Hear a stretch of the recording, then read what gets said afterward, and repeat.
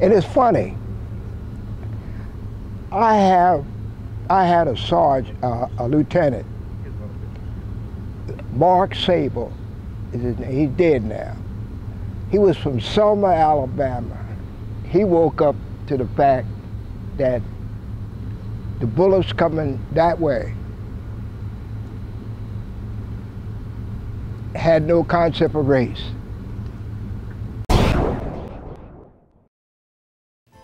The United States of America, the land of opportunity, and for many a beacon of freedom and democracy. Serving overseas and abroad, the U.S. military, full of honor, integrity, and a commitment to serve. But has the U.S. military always lived up to their ideals they fight for? In the early stages of America after the Revolutionary War, the U.S. military had very low representation of other races, religions, and women.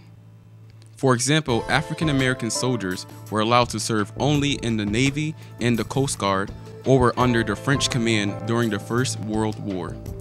U.S. military itself was segregated. When I got this shot, some of the guys preferred to stay over there rather than come home, back to the United States. They come back to the segregation. You know, we didn't stop our segregation in this country till the year 1964, you know. Out of the 2.5 million African Americans who were drafted or volunteered, black soldiers only made up 9% of the U.S. military during World War II. Although most African American soldiers were used as support and supply units, there were a few divisions that participated in combat. Most famously was the 92nd Infantry Division, known as the Buffalo Soldiers, that fought in Italy, and the 93rd Division that fought in the Pacific.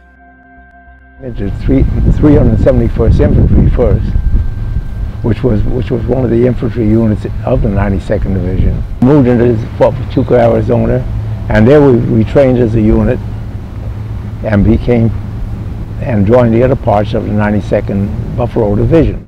What most people do not know is that nearly 2,000 black soldiers hit the beaches of Normandy on D-Day. One of the famous African American divisions were the Tuskegee Airmen, who held the record for most medals awarded during the war. Still, for many African American soldiers, the main dilemma and irony remained. They were fighting in segregated units for freedom and democracy, which they were often denied in their own country. Women were also significant contributors in U.S. war history. The Women's Army Corps was introduced by Congress in 1942. The WACs worked in over 200 non-combatant stations during the war, helping with supplies and hospitality. But even after World War II, women were not allowed to participate in combat in the military.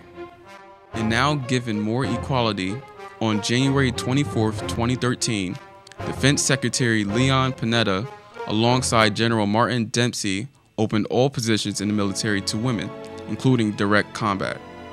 It took over 60 years till women were finally allowed to fight alongside male soldiers in combat.